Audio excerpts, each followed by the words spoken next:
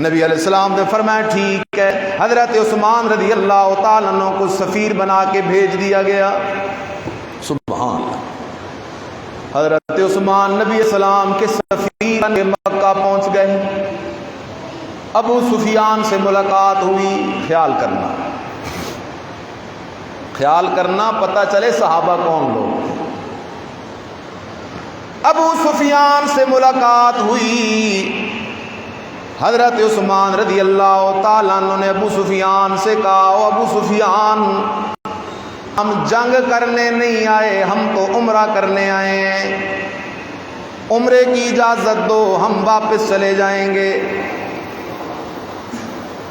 ابو سفیان حضرت عثمان سے کہتا ہے، عثمان اگر تو نے عمرہ کرنا ہے تو عمرہ کر لے، تجھے نہیں روکتے۔ عثمان تو نے عمرہ کرنا ہے تو کر لے، تجھے نہیں روکتے، لیکن محمد کو نہیں آنے دیں گے صلی اللہ علیہ وسلم۔ ادھر صحابہ بھی بیٹھے ہیں حدیبیہ کے مقام پہ، ایک دوسرے کو کہہ رہے ہیں یار عثمان بڑا خوش نصیب ہے، ہم تو عمرہ کیے بغیر واپس چلے جائیں گے، عثمان تو عمرہ کر کے آ جائے گا۔ لیکن قربان جاؤں حضرت عثمان کے تدبر اور وفا پہ۔ ابو سفیان کہتا ہے عثمان تجھے اجازت عمرہ کر۔ حضرت عثمان کہتے ہیں میں وہ عاشق نہیں جو اپنے مرشد کے بغیر عمرہ کر لوں، میری عبادت تو تب عبادت بنتی ہے کہ عقیدہ توحید والا ہو، طریقہ محمد الرسول اللہ صلی اللہ علیہ وسلم والا ہو، آمنہ کے لال کے بغیر میں عمرہ نہیں کر سکتا۔ حضرت عثمان نے انکار کر دیا۔ میرے عزیز یہاں ذرا غور کر، توجہ کر۔ حضرت عثمان کہتے ہیں میں محمد کے سنگ کے بغیر عمرہ بھی نہیں کروں گا۔ مسئلہ مل رہا ہے، دین وہ ہے جو حکم خدا کا یا طریقہ مصطفیٰ کا، بدعت وہ دین نہیں بن سکتی۔ اس لیے تو نبی علیہ السلام نے فرمایا اب اللہ ان یقبل عمل صاحب بدعت حتی یدع بدعتہ۔ اللہ کہتا ہے او میرے بندو، جس طرح مشرک کا ہر عمل مردود ہے، اسی طرح بدعتی کا ہر عمل مردود ہے۔ بدعت ہوتی کیا ہے؟ جو کام اللہ کے نبی اور نبی کے صحابہ نے دین سمجھ کے نہیں کیا، اگر اس کام کو کوئی دین سمجھ کے کرتا ہے تو وہ کام بدعت بن جاتا ہے۔ حضرت عثمان نے کہا میں عمرہ نہیں کروں گا۔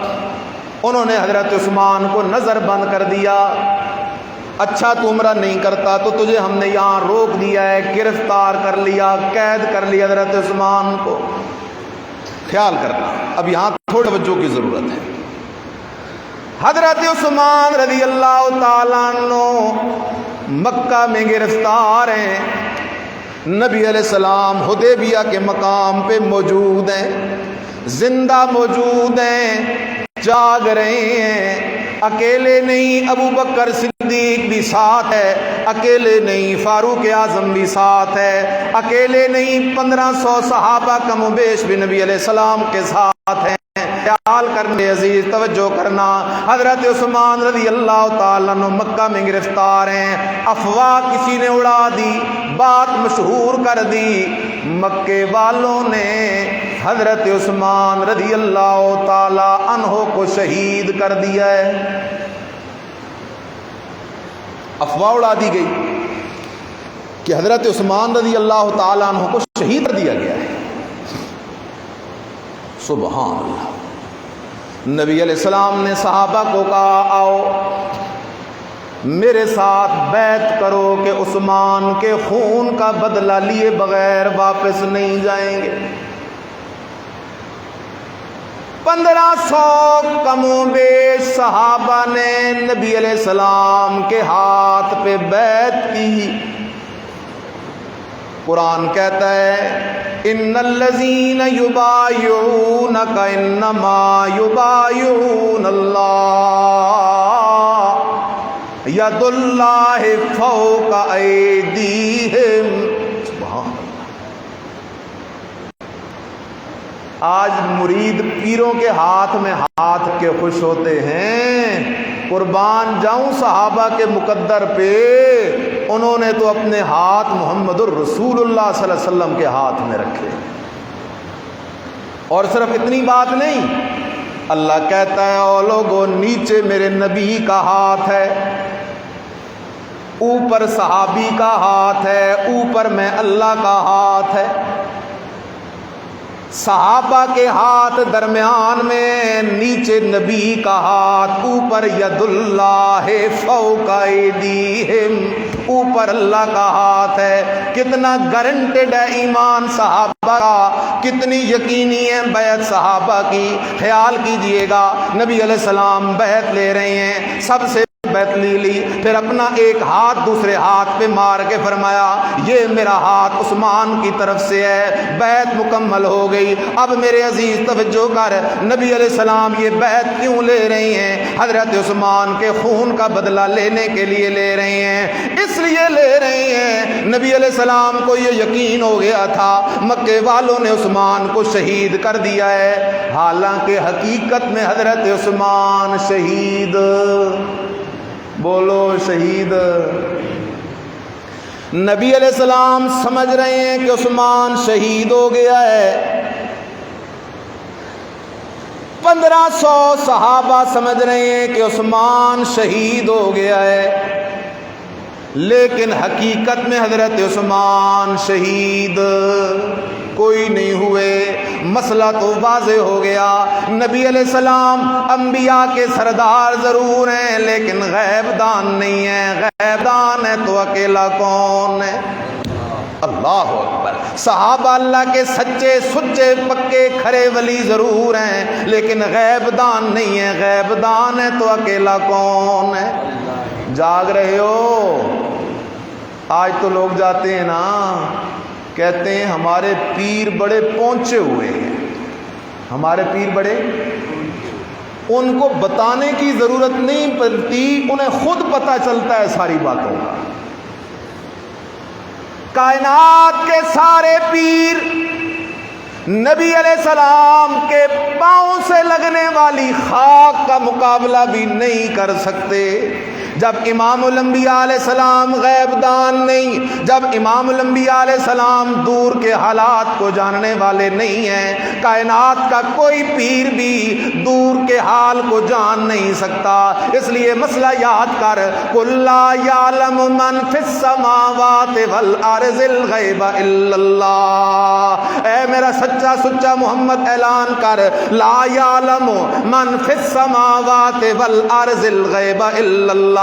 آسمانوں والے بھی غیب نہیں جانتے، زمینوں والے بھی غیب نہیں جانتے، الا اللہ، غیب جاننے والا ہے تو اکیلا اللہ ہے۔ نبی علیہ السلام کو بھی پتہ کوئی نہیں چلا کہ عثمان شہید کوئی نہیں ہوئے، صحابہ کو بھی پتہ کوئی نہیں چلا کہ عثمان شہید کوئی نہیں ہوئے۔ اصلاح مسئلہ تو واضح ہو گیا، غیب دان ذات صرف کس کی ذات ہے؟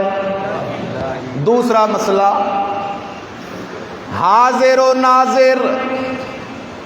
حاضر کا معنی ہے ہر جگہ موجود، ناظر کا معنی ہے سب کے حال کو دیکھنے والا، ہر وقت ہر جگہ علم اور قدرت کے اعتبار سے موجود ہے تو اکیلا کون ہے؟ ہر وقت ہر کسی کے حال کو دیکھنے والا بھی ہے تو اکیلا کون ہے؟ اگر نبی علیہ السلام حاضر و ناظر ہوتے، دیکھ لیتے کہ عثمان مکہ میں زندہ موجود ہے، صحابہ حاضر و ناظر ہوتے، دیکھ لیتے کہ عثمان مکہ میں زندہ موجود ہے، پھر بیعت لینے کی کوئی ضرورت نہیں تھی۔ تیسرا مسئلہ بھی یاد کر لو، تیسرا مسئلہ بھی یاد کر لو، ہم جتنے اعمال کرتے ہیں یہ سارے اعمال کس کے پاس پیش ہوتے ہیں؟ اللہ ہی کے پاس۔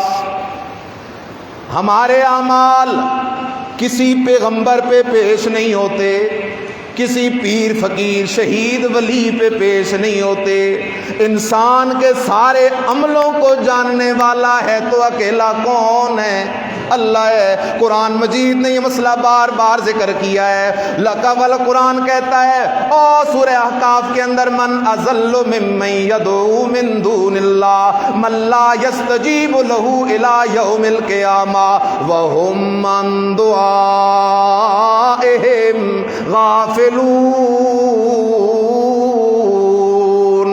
اللہ کہتے ہو میرے بندو تم میرے جن نبیوں ولیوں پیروں فقیروں شہیدوں کو پکارتے ہو ان کا جہان اور ہے تمہارا جہان اور ہے۔ وہ برزخ میں ہے تم دنیا میں ہو۔ وَمِن وَرَائِهِمْ بَرْزَخٌ إِلَىٰ يَوْمِ يُبْعَثُونَ، اور تمہارے اور ان کے درمیان میں اللہ نے ایک پردہ لگا دیا ہے۔ دنیا والوں کو ان کے حال کا کوئی پتہ کوئی نہیں، ان کو دنیا والوں کے حال کا کوئی پتہ کوئی نہیں۔ میں نیکی کروں تب بھی اللہ جانتا ہے، گناہ کروں تب بھی اللہ جانتا ہے۔ اگر اعمال کسی پیغمبر پہ پیش ہوتے، کسی پیر فقیر ولی پہ پیش ہوتے، حضرت عثمان سب کہہ دو رضی اللہ تعالی، مکہ میں گرفتار تھے، نماز تو پڑھ رہے تھے، عبادات تو کر رہے تھے، تلاوت تو کر رہے تھے، اگر اعمال نبی علیہ السلام پہ پیش ہو رہے ہوتے تو نبی علیہ السلام بتا دیتے کہ عثمان کے اعمال آ رہے ہیں، عثمان تو زندہ ہے۔ چوتھا مسئلہ بھی یاد کر، سارے پڑھو ذرا درود، اللہم صلی علی محمد سبحان وعلی آل محمد کما صلیت علی ابراہیم وعلی آل ابراہیم انک حمید مجید، اللہم بارک علی محمد وعلی آل محمد کما بارکت علی ابراہیم وعلی آل ابراہیم انک حمید مجید۔ درود کہاں سے شروع ہوتا ہے؟ کہو اللہم۔ کس سے شروع ہوتا ہے؟ اور اللہم کا معنی اے نبی، یہ معنی ہے۔ اللہم کا معنی اے اللہ، تو درود میں بات کس سے ہو رہی ہے؟ اللہ سے۔ اب درود کا معنی سن، اللہم صلی علی محمد، اے اللہ اپنے نبی پہ رحمتیں کر، وعلی آل محمد، نبی کی آل پہ ہم سب پہ بھی رحمتیں کر، حضرت ابراہیم پہ رحمتیں کر، حضرت ابراہیم کی آل پہ رحمتیں کر، اللہم بارک علی محمد، اللہ اپنے نبی محمد صلی اللہ علیہ وسلم پہ برکتیں کر، نبی کی آل پہ برکتیں کر، حضرت ابراہیم پہ برکتیں کر، حضرت ابراہیم کی آل پہ برکتیں کر۔ درود دعا ہے۔ درود کیا ہے؟ کس سے؟ درود دعا ہے، رحمت کی دعا ہے، برکت کی دعا ہے، اور کس سے مانگی جا رہی ہے؟ اللہ سے، کیونکہ قرآن کہتا ہے انک سمیع الدعاء ان ربی لسمیع الدعاء۔ لوگوں دعائیں سننے والا کلا اللہ ہے۔ اس لیے مسئلہ پکا میرے عزیزا، دھوکہ نہ کھانا۔ کوئی کہتا ہے یہاں سے درود پڑھو تب بھی نبی علیہ السلام سنتے ہیں، ترنول سے پڑھو، کیونکہ میرا دوست کہتا ہے نا دم بدم پڑھو درود، حضرت بھی ہیں یہاں موجود۔ حضرت بھی یہاں موجود، جب حضرت موجود ہیں تو ممبر پہ کیا کر رہا ہے؟ اس لیے مسئلہ یاد کر، درود یہاں پڑھ تب بھی، مدینے میں جا کے پڑھ تب بھی، میرے نبی کی زندگی میں صحابہ درود پڑھتے تھے تب بھی، میرے نبی کی وفات کے بعد تب بھی۔ درود دعا ہے، اور دعائیں سننے والا اکیلا کون ہے؟ ہم درود میں دعا کرتے ہیں اللہ رحمتیں کر نبی پر، اللہ برکتیں کر نبی پر۔ اللہ ہماری دعائیں سن کے اپنے نبی کے درجے بلند بلند بلند بلند کرتا جا رہا ہے۔ مسئلہ تو سمجھ لو، حضرت عثمان مکے میں تھے، درود پڑھا ہوگا عثمان نے یا کوئی نہیں پڑھا ہوگا؟ نبی کا عاشق ہے، حضرت عثمان نے درود تو پڑھا مکے میں بیٹھ کے، اگر وہ درود نبی علیہ السلام کو پہنچ رہا ہوتا، نبی علیہ السلام تب بھی کہہ دیتے کہ عثمان کا درود آ رہا ہے، لہذا عثمان کو شہید نہیں کیا گیا۔ اس لیے مسئلہ واضح ہے۔ خیال کر میرے عزیز، مکے والے ڈر گئے، پریشان ہو گئے، انہوں نے تیسرا سفیر بھیجا، سہیل بن عمر۔ وہ سہیل بن عمر آتا ہے، نبی علیہ السلام سے آ کے ملاقات کرتا ہے۔ اچھا آپ جنگ نہیں کرنا چاہتے؟ جی ہم جنگ تو نہیں کرنا چاہتے۔ اچھا پھر کیوں آئے ہو؟ نبی علیہ السلام نے فرمایا عمرہ کرنے کے لیے آئے ہیں۔ اچھا اس دفعہ تو ہم آپ کو عمرہ نہیں کرنے دیں گے، اس طرح کرتے ہیں ہم 10 سال کے لیے صلح کر لیتے ہیں، آپ چلے جائیں، 10 سال کے بعد آپ کو عمرہ کرنے کی اجازت ہوگی۔ ایک شرط یہ ہے کہ یہ 10 سال ہم آپس میں جنگ نہیں لڑیں گے۔ دوسری شرط صلح کی ہے، اگر کوئی تمہارا مرید کفر کی طرف آ جائے تو ہم اسے واپس نہیں کریں گے، اگر ہمارا کوئی مشرک موحد بن جائے، تمہارا مرید بن جائے تو تم اسے واپس کرو گے۔ 4 شرطیں لگائیں اس کافر نے، نبی علیہ السلام نے 4 شرطوں پہ صلح کر لی۔ ٹھیک ہے، یہ 4 شرطیں قبول ہیں اور میں آپ کے ساتھ صلح کرتا ہوں، 10 سال جنگ بھی نہیں ہوگی۔ ایک، اگر تمہارا کوئی بندہ ہمارے پاس آ گیا تو ہم واپس کر دیں گے، ہمارا کوئی چلا گیا تو تم واپس نہ کرنا دو۔ اسی طرح 2 شرطیں اور لگا دیں، صلح ہو گئی مسلمانوں کے ساتھ کفار کی اس وقت، جسے صلح حدیبیہ کہتے ہیں۔ صحابہ بڑے پریشان ہوئے، حضرت عثمان رضی اللہ تعالیٰ عنہ رہا ہو گئے۔ اب ذرا قرآن کا انداز دیکھ، واقعہ تو لمبا ہے، یہ سورہ فتح ہے میرے عزیز، کھول ذرا دل کی کھڑکی، اللہ کے قرآن کا انداز تو دیکھنا۔ اللہ کہتا ہے لَقَدْ رَضِيَ اللَّهُ عَنِ الْمُؤْمِنِينَ،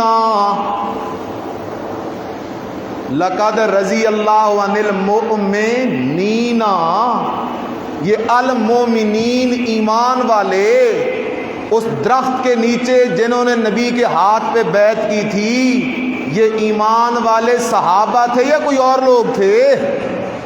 صحابہ تھے۔ لَقَدْ رَضِيَ اللَّهُ عَنِ الْمُؤْمِنِينَ، سبحان اللہ سبحان اللہ، یہ صحابہ کی عزت ہے۔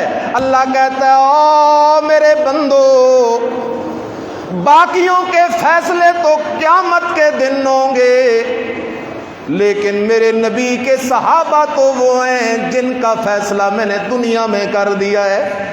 اللہ فیصلہ کیا ہے؟ فرمایا لَقَدْ رَضِيَ اللَّهُ عَنِ الْمُؤْمِنِينَ إِذْ يُبَايِعُونَكَ تَحْتَ الشَّجَرَةِ، اللہ کہتے ہیں او میرے پیغمبر، جب صحابہ تیرے ہاتھ پہ بیعت کر رہے تھے، کہہ رہے تھے جان تو دے دیں گے، بیعت نہیں توڑیں گے، قربان ہو جائیں گے، بیعت نہیں توڑیں گے، جہاد پہ بیعت کر رہے تھے۔